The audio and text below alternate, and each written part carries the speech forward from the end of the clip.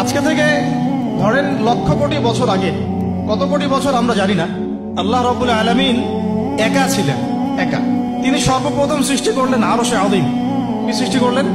আরশ আল্লাহ রাব্বুল আলামিনের একটা এমন স্বতন্ত্র সম্মানিত একটা সৃষ্টি, যেটা সবচেয়ে বড় সৃষ্টি, এর চেয়ে বড় কোনো সৃষ্টি নাই।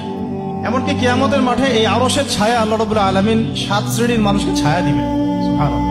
ওই 7 শ্রেণী সম্পর্কে আমরা অন্য হাদিসে পড়ে নিব, অনেকে হয়তো জানেন। আরশ সৃষ্টি করার পরে আরশটা ছিল পানির উপরে। কোথায় ছিল? পানির উপরে। সূরা হুদের মধ্যে আছে। আমি শুধু রেফারেন্স গুলো আপনাদেরকে সূরাগুলো বলে দিব, বাসায় গিয়ে আপনারা পড়বেন। প্রত্যেকটা আয়াত কিন্তু এখানে ধরে ধরে বলার সময় নাই আর কি আমার কাছে। তো আরশটা ছিল পানির উপরে। এরপরে আল্লাহ রাব্বুল আলামিন আসমান এবং জমিন সৃষ্টি করেছেন 6 দিনে। পুরো মহাবিশ্ব আল্লাহ রাব্বুল আলামিন সৃষ্টি করেছেন কত দিনে? 6 দিনে। ফি সিত্তাতি আইয়াম, 6 দিনে। এখন সৃষ্টি করার পরে আল্লাহ রাব্বুল আলামিন কলম সৃষ্টি করেছেন। কি সৃষ্টি করেছেন? কলম। ইলমের সাথে যে কলমের সম্পর্ক, এটা একটু পরে আরো ক্লিয়ার হবে আপনাদের কাছে। আল্লাহ পাক কলম সৃষ্টি করে বলেছেন, উকতুব, কলম তুমি লিখো। কলম তো আমাদের সংজ্ঞামত জড় পদার্থ, তাই না? হ্যাঁ, তো আল্লাহ পাক বলছেন কলমকে তুমি লিখো। তো কলম কথা বলছে, মাযা আকতুব, আমি কি লিখবো? আল্লাহ পাক বলছেন লিখো, কিয়ামত পর্যন্ত যা যা হবে সব লিখে ফেলো।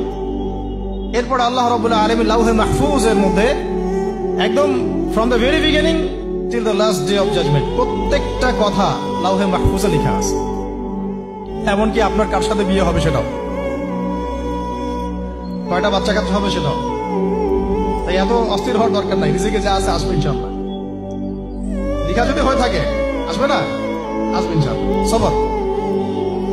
তো এই জন্য মুমিনদেরকে বলা হয়েছে তোমরা কখনো হতাশ হবে না, কারণ তাকদীর লেখা হয়ে গেছে, হতাশার কোনো কারণ নাই।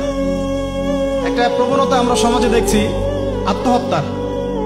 ইয়াং জেনারেশনকে আমরা নসিহত করব যে ভুলেও নিজের জীবনকে বিসর্জন দিতে যাবে। আল্লাহ রাব্বুল আলামিন আপনাদেরকে সৃষ্টি করেছেন তার ইবাদত করার জন্য এবং তার জমিনে তার দিনটাকে প্রতিষ্ঠা করার জন্য। খেলায় খেলায় আপনার জীবনটা নষ্ট করবেন না, ঠিক আছে ভাই? আল্লাহ বোঝার তৌফিক দান করেন। তো কলম সৃষ্টি করার পরে কিয়ামত পর্যন্ত সব লেখা হয়ে গেছে। এখন আমাদের এই পৃথিবীতে তো মানুষ ছিল না, ছিল? এদিকে মনোযোগ দেন। এই পৃথিবীতে কি আগে মানুষ ছিল? এই পৃথিবীতে আগে কি ছিল তাহলে বলেন? হ্যাঁ, মাশাআল্লাহ। এই পৃথিবীতে আগে কি ছিল? এখন ওরা নাই? সবার সাথেই কিন্তু একটা করে আছে। কমপক্ষে কয়টা করে? সবার সাথে কমপক্ষে একটা করে। আর কোন কোন জায়গা আছে যেখানে জিনের বড় বড় আখড়া আছে। পৃথিবীতে যে জায়গাগুলো থেকে ইসলাম বিরোধী অপতৎপরতাগুলো চলে, ওখানে জিনের আখড়া বেশি। কথা বুঝতে পারছেন? তো জিন জাতিকে আল্লাহ পাক ধ্বংস করে দিয়েছেন তাদের পাপের কারণে, আল্লাহ দ্রোহিতার কারণে, অবাধ্যতার কারণে। এখন আল্লাহ রাব্বুল আলামিন ইরাদা করলেন পৃথিবীতে আমাদেরকে সৃষ্টি করবেন, মানে মানুষকে সৃষ্টি করবেন। আল্লাহ পাক তার সমস্ত ফেরেশতাদেরকে একত্রিত করলেন। ঘটনাটা কিন্তু খুব ইন্টারেস্টিং।